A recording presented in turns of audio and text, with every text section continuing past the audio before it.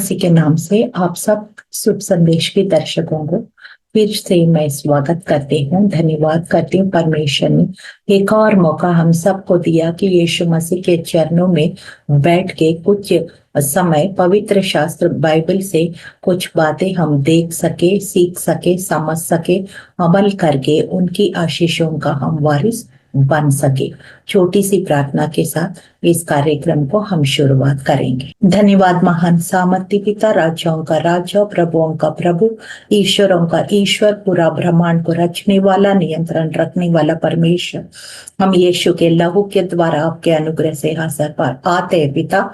प्रभु यीशु, आपका वचन साम 119 वर्स 18 उसमें ऐसे लिखा है, तेरे वचन से अद्भुत बात देखने के लिए प्रभु हमारी आत्मिक आंखें खोलिए प्रभु, ताकि उस भेद को हम जान सके, समझ सके, उन दर्शकों तक पहुंचा सके और मसीह का देह उन्नति करे यीशु, और हम सब एक जयवंत और भरपूरी मसीह जीवन बिता सके।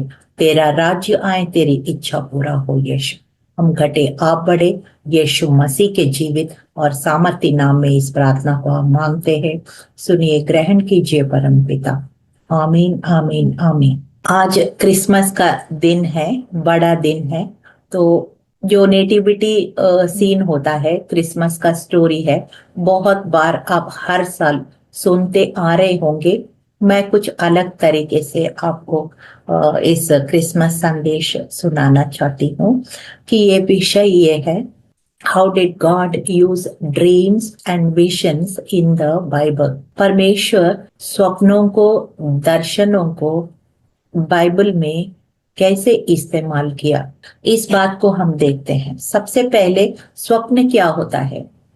स्वप्न ये होता है जब हम रात में सो जाते हैं, हमारा माइंड जो है बहुत जगह ऐसे घूमती है, बहुत सारे सपने हम देखते हैं। वो सारे ड्रीम्स जो है, सारे सपने जो है, वो परमेश्वर की ओर से नहीं होता है, क्योंकि हम सुबह उठ के सब कुछ भूल जाता है। हमारा माइंड से जब उठ जाते हैं, everything is erased and then we start the day in a very different way. हम शुरुआत कुछ अलग तरीके से, वो स्वप्न के जैसे नहीं है, और बिल्कुल अलग तरीके से हम अपना दिन को शुरुआत करते हैं। और फिर दर्शन को ये बोल सकते हैं कि ये जागते हुए हम दर्शन देख सकते हैं, और कई बार हमें एक पलक झपकने से समय जितना है 1 मिनट और फ्यू सेकेंड्स, हम ऐसे ट्रांस में चले जाते हैं और एक तस्वीर हम देखते हैं, या कोई हमारा आंखें खुले हैं, हमारे आंखें के सामने कुछ दृश्य हम देख सकते हैं, इसको हम दर्शन बोल सकते हैं। या हमारा माइंड में कुछ इमेज, कुछ गोल, कुछ लक्ष्य परमेश्वर ने हमें दिया है, इसको भी दर्शन बोलते हैं। So there are dreams, there are visions. Hallelujah. और फिर इन सब का पीछे का उद्देश्य क्या है? It is only communication between God and between man. परमेश्वर और मनुष्य के बीच में कुछ संदेश पहुंचना है, तो स्वप्नों के द्वारा, दर्शन के द्वारा। और फिर आधुनिक युग में, जो मॉडर्न टाइम्स में, ये बाइबल क्या कैसे बताता है? पवित्र शास्त्र से, वचन से और पवित्र आत्मा की अगुवाई से हम लोग, परमेश्वर बातें करता है। Basically it is a communication system. Any relationship, कोई भी रिश्ता हो, बिना कम्युनिकेशन का वो रिश्ता नहीं बन सकता। Communication is very important for a relationship. मतलब चाहे पेरेंट्स और बच्चों के बीच में हो, क्या हस्बैंड का वाइफ का बीच में हो, या कोई भाई बहन के बीच में हो, किसी प्रकार का रिश्ते क्यों, या एम्प्लॉयर और एम्प्लॉय का बीच में, communication plays a very significant role. Even a preacher and a viewer, जैसे मैं आपको यहाँ से संदेश मैं दर्शकों तक पहुंचाती हूँ, even for this relationship, a TV preacher and a viewer, ये दोनों का रिश्तों में भी कम्युनिकेशन जो है बहुत महत्वपूर्ण रहता है। इस वजह से आज का आधुनिक युग में देखते हैं कि ये सेल फोन जब इंट्रोड्यूस हुआ है, कितना ये थोड़ा समय में भी लाइफ लाइन जैसे बन गया। You hardly see anybody without having a cell phone. मतलब कोई ऐसे आपको मिलेगा नहीं है, कम से कम ये छोटा सा जो बटन वाला फोन बोलते हैं ना, कम से कम उतना फोन तो हर एक व्यक्ति रखने का प्रयास करते हैं। और बहुत लो इनकम ग्रुप जैसे उन लोग का भी मैंने देखा है, बहुत दिन भर में कई बार फोन इस्तेमाल करते हुए मैं देखती हूँ। तो it is become a lifeline. So why is communication so important? And why is God wants to communicate his message to his people, his sons and daughters? परमेश्वर अपने संतान को, अपने बच्चों को क्यों कम्युनिकेट करना चाहते हैं? हम अपनी पिता की आवाज, पिता का संदेश क्यों सुनना चाहता है? बाइबल बताता है, जॉन चैप्टर 10 वर्स 27 में लिखा है, my sheep hears my voice, hallelujah. मेरा भेड़ मेरी आवाज को सुनता है, मेरे पीछे हो लेता है। My sheep hears my voice and follows me. वो हमारा चरवाहा है, हम उनका भेड़ है, हम उनकी आवाज को पहचानते हैं। इवन द बॉडी लैंग्वेज को भी पहचानते हैं। They follow the shepherd, hallelujah. So we need to follow our shepherd. We need to hear him. Bible बताता है, मूसा के समय में गिनती 12 और 8 में लिखा है, उससे मैं गुप्त रीति से नहीं परंतु आमने सामने और प्रत्यक्ष होकर बातें करता हूं, और वो यहोवा का स्वरूप निहारने पाता है। Hallelujah. So God is saying, I don't speak to him indirectly.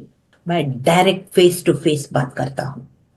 किसका बयान दे रहा है? मूसा के विषय में परमेश्वर बयान दे रहा है। He is saying, I don't talk to him indirectly. I talk to him directly face to face. Hallelujah. इसका मतलब मूसा और परमेश्वर के बीच में कितना स्ट्रॉन्ग रिलेशनशिप है, आप देख सकते हो। नंबर्स चैप्टर 24 वर्स 4, बालाम करके एक भविष्य वक्ता था, और फिर वो उसका पूरा डिटेल्स हम नहीं जानेंगे, लेकिन एक शब्द मैं बोलना चाहती हूँ। ईश्वर के वचनों को सुनने वाला जो दंडवत में पड़ा हुआ खुली आंखों से सर्वशक्तिमान का दर्शन पाता है, उसी का ये वाणी है। बालाम ने खुली आंखों से देख रहा है, ट्रांस जैसे इंग्लिश में बोलते हैं।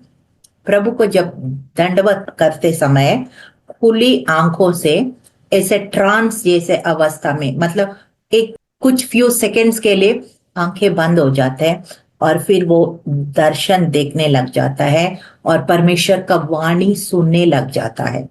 This is called a vision, because you are not in sleeping mode, you are awake, but even your eyes are wide open, but for few moments you are in the spiritual realm. अलौकिक दुनिया में परमेश्वर का दर्शन देखेंगे और उनकी आवाज सुनेंगे, इसको हम दर्शन बोलते हैं। हालेलुया। और फिर बाइबल में इब्रानियों 1 अध्याय 1 से मैं 3 पढ़ रही हूँ। पूर्व युग में परमेश्वर ने बाप दादाओं से थोड़ा थोड़ा करके और बाती बाती से भविष्य वक्ताओं के द्वारा बातें कर इन दिन अंतिम दिनों में हमसे पुत्र के द्वारा बातें की, जिसे उसने सारी वस्तुओं का वारिस ठहराया और उसी के द्वारा उसने सारी सृष्टि की रचना की। वो उसकी महिमा का प्रकाश और उसके तत्व की छाप है और सब वस्तुओं को अपनी सामर्थ के वचन से संभालता है। वो पापों को धोकर ऊंचे स्थान पर महिमा ईमन के दाहिने जा बैठा। हालेलुया।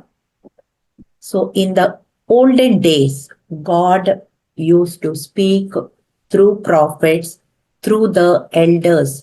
और फिर जो पुराना नियम में भविष्यवक्ताओं के द्वारा, उन बुजुर्गों को द्वारा बात करते थे, और फिर नया नियम में हम पुत्र के द्वारा, वचन के द्वारा, हम पवित्र आत्मा के द्वारा हमको परमेश्वर संदेश भेजता है, ताकि हम लोग जो सबका अधिकार, सारे शत्रु के ऊपर अधिकार दिया, कलीसिया का शिरोमणि बन गया यीशु मसीह, और उनका ही वचन से हमको अपना संदेश परमेश्वर भेजता है। हालेलुया। और फिर थोड़ा सा हम देखेंगे कैसे पुराना समय में परमेश्वर ने अलग अलग भक्तों को अलग अलग तरीके से बातें किया है, और अभी कैसे बातें करता है। नया नियम में कुछ कुछ बातें हम देखेंगे, क्योंकि अभी आधुनिक समय में भी परमेश्वर कुछ समय हमें ऐसे आंखें खोल के अलौकिक दुनिया में क्या हो रहा है, he can open few seconds, few minutes our spiritual eyes, and he can show what is happening in the spiritual realm. इसको भी हम दर्शन के रूप में हम देख सकते हैं। वो सिर्फ पुराना समय नहीं है, अभी भी हम देख सकते हैं। सबसे पहले अब्राहम को हम देखेंगे।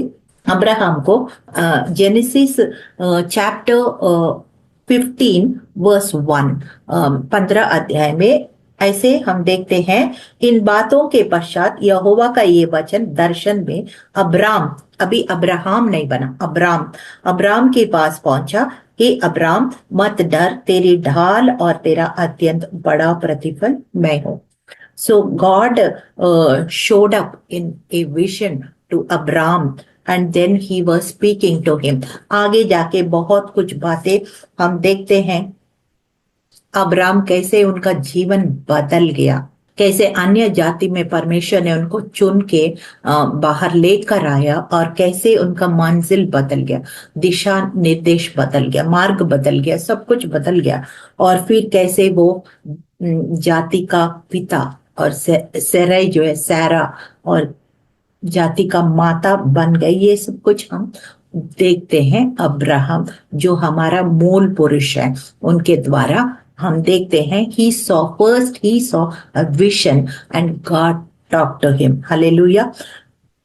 और फिर हम देखते हैं याकूब जब उस भाई को धोखा देकर वो ज्येष्ठत्व को चुरा के माँ की सहायता से, फिर उसके भाई के डर से वो भागता है, when he was running away from his brother Esau that he will kill him, वो मारेगा करके, फिर वो वहां पे जाके पत्थर को सिराना बना के फिर जब सो रहा था, जेनेसिस चैप्टर 28 वर्सेस 10 to 17, अगर हम वहां देखेंगे तो याकूब ने एक दर्शन देखा, और उस दर्शन ने उनका जीवन को पूरी तरह से बदल दिया।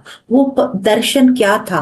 वो दर्शन स्वर्ग से पृथ्वी तक एक सीढ़ी को देखा, और सीढ़ी के ऊपर परमेश्वर ने उनसे बातचीत की, जो अब्राहम, इसहाक, और उसको जो वाचा मैंने बांधा, मैं तेरे साथ भी वही वाचा दोबारा से बांधता हूं, और जो कुछ मैंने अब्राहम और इसहाक के द्वारा किया मैं तेरे द्वारा भी करने जा। He confirmed the covenant that God gave to Abraham and Isaac.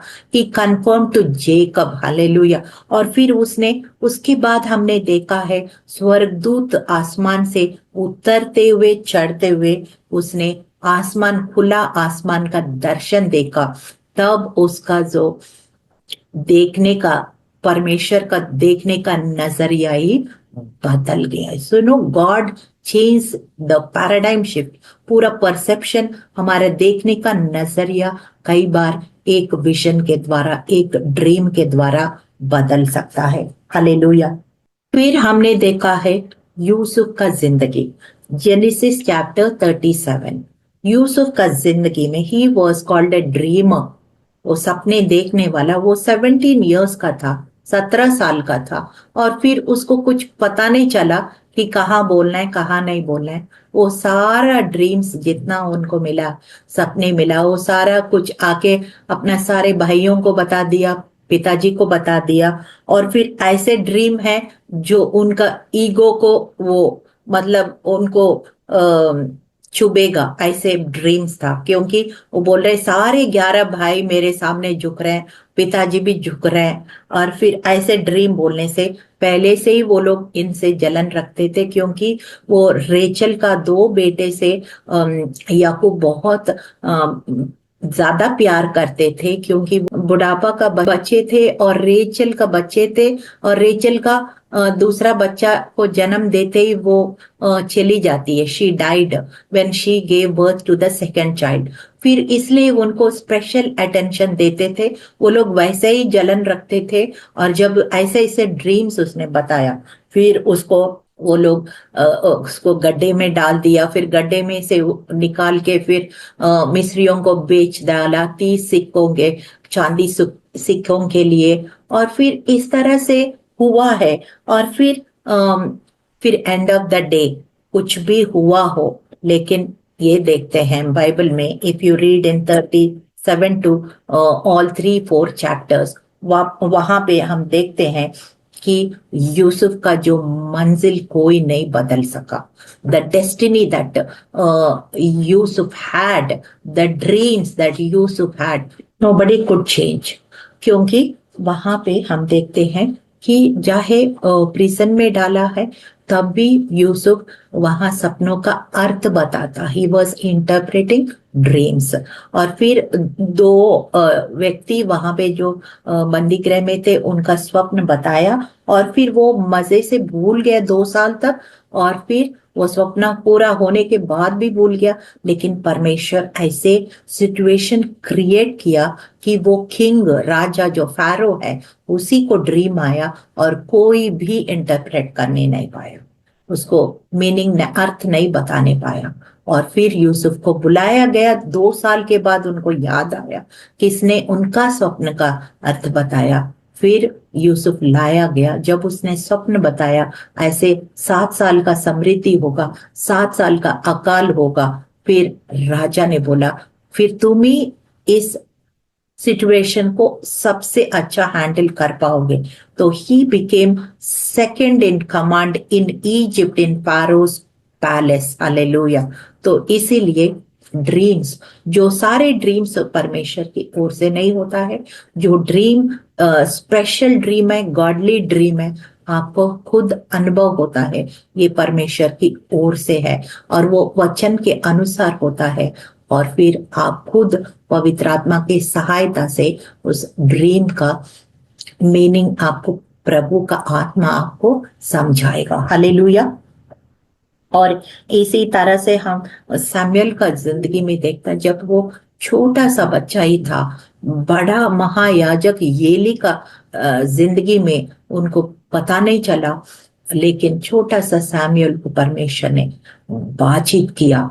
और फिर उसके बाद लगातार सैमुअल से बात करते रहे। He became the last prophet and जज ऑफ इजराइल। हालेलुया। और फिर वो ऐसे लिखा है बाइबल में, not a word drop to the ground, fallen to the ground, मतलब एक भी शब्द उसने जो कहा नीचे नहीं गिरा। यानी कि ऐसे नहीं है कि वो बातें व्यर्थ हुआ, सब कुछ जो उसने कहा वो पूरा हो गया। क्यों पूरा हो गया? वो परमेश्वर की आवाज को सुनता है और वो पहचानता है और वही लोगों को सुनाते रहते हैं। तो that is why he became a great prophet in his time. Hallelujah. और फिर हम देखते हैं जजेस चैप्टर 7 वर्सेस 12 to 15, गिदियोन के बारे। गिदियोन बहुत डरपोक था, लेकिन परमेश्वर ने उनका स्वभाव के खिलाफ उनको चुन लिया और फिर उनको सूरवीर करके पुकारा। और शत्रु का डेरे में, इफ यू रीड इन जजेस चैप्टर 7 वर्सेस 12 to 15, वहां आखिरी तक वो चिन्ह मांगते रहे और परमेश्वर उनको चिन्ह दिखाते रहे, बातें करते रहे।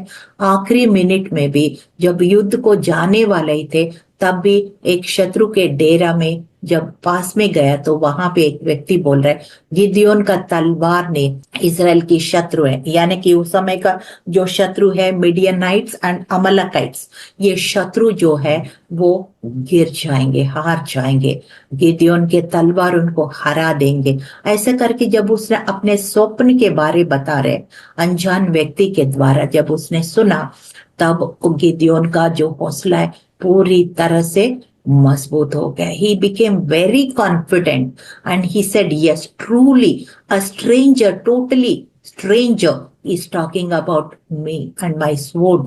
Hallelujah.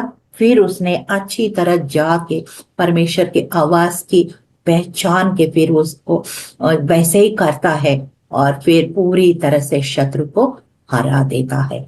And he has a great victory in that battle with the Midianites and Amalekites. Hallelujah. पहला राजा तीसरी अध्याय और 5वां पद में हम सुलेमान को देखते हैं. जब छोटा सा उम्र में ही उसने बहुत बड़ा प्रजा को रूल करना पड़ा और फिर उसका ज्ञान की कमी हो जाता है.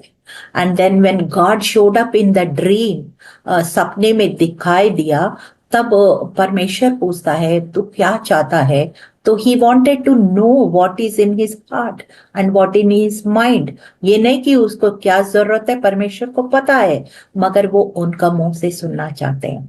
तो इसलिए पूछा था आप क्या चाहते हो. तो सुलेमान ने बोला मुझे बुद्धि चाहिए, I need wisdom to rule this large nation.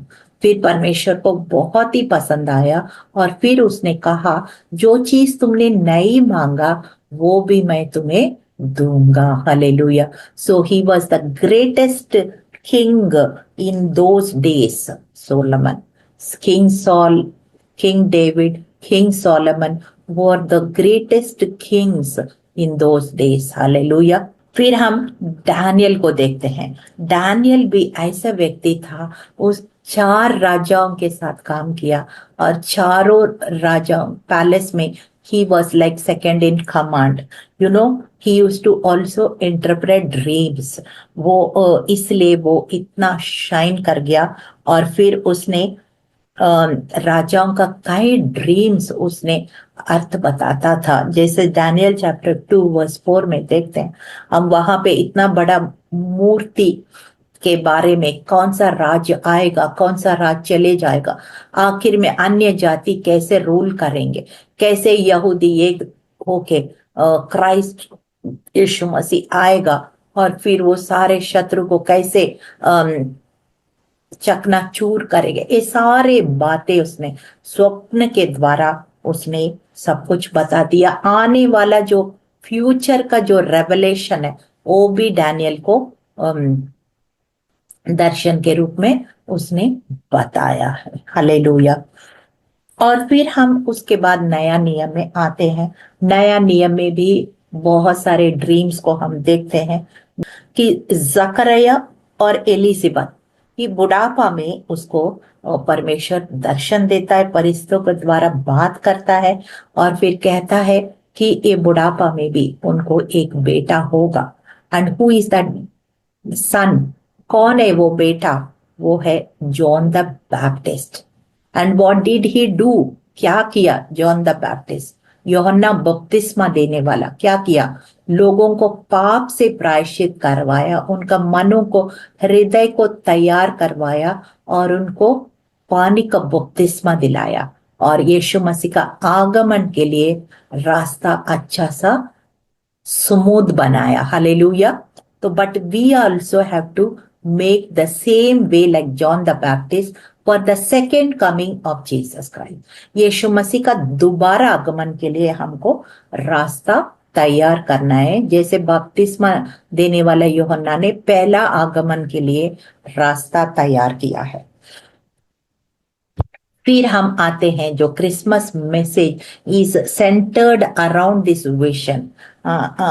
जो मरियम को जो दर्शन मिलता है, फरिश्ता, स्वर्ग की फरिश्ता आके उनको बोलता है आपके पास आपका पवित्र आत्मा का छाया और आपके गर्भ के ऊपर आएगा और आप एक बेटा जन्म देगी और उसका नाम यीशु रखना, जो मानव जाति का उद्धार करता होगा. और फिर उसका नाम इम्मानुएल भी होगा, जो इम्मानुएल मतलब परमेश्वर हमारे साथ में है. और वो सदियों से बहुत सारे भविष्यवाणी होते रहे.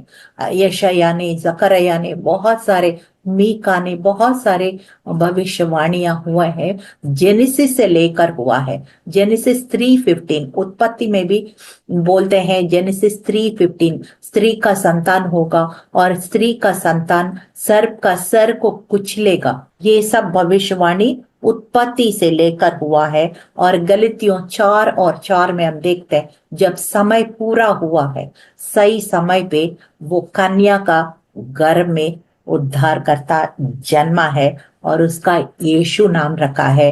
और वही क्रिसमस का असली मीनिंग है। Not the Santa Claus we see around, that is not the real Christmas. The real Christmas is all about Jesus, whether you have given birth in your heart and in your life. आपके जीवन में यीशु मसीह को जन्म दिया तो वो असली Christmas है आपके लिए। हालेलुया।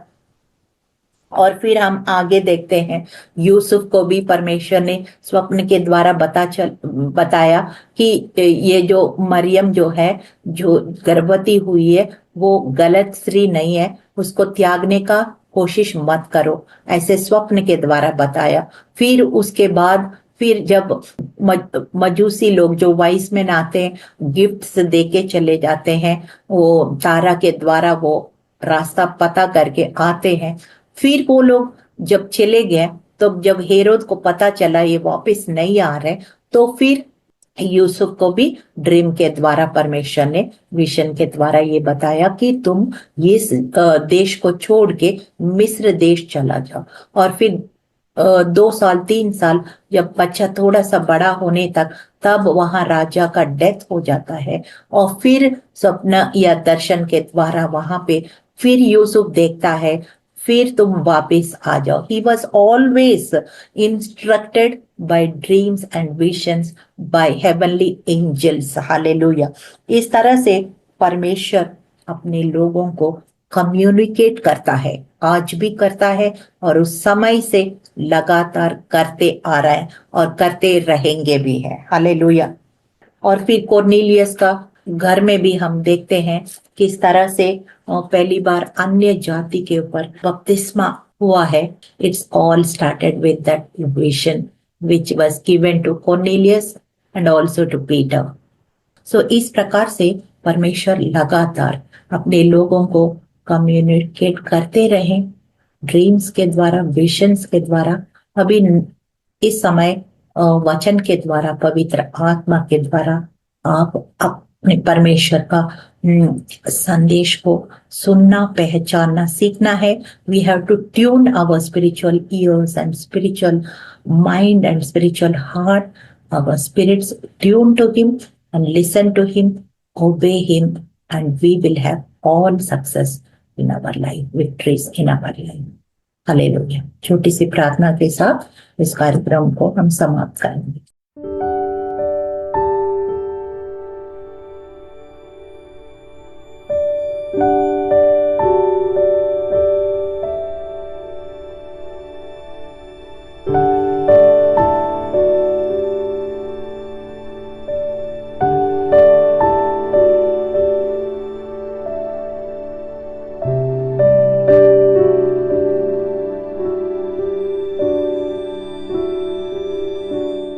धन्यवाद महान सामर्थ्य पिता। हालेलुया।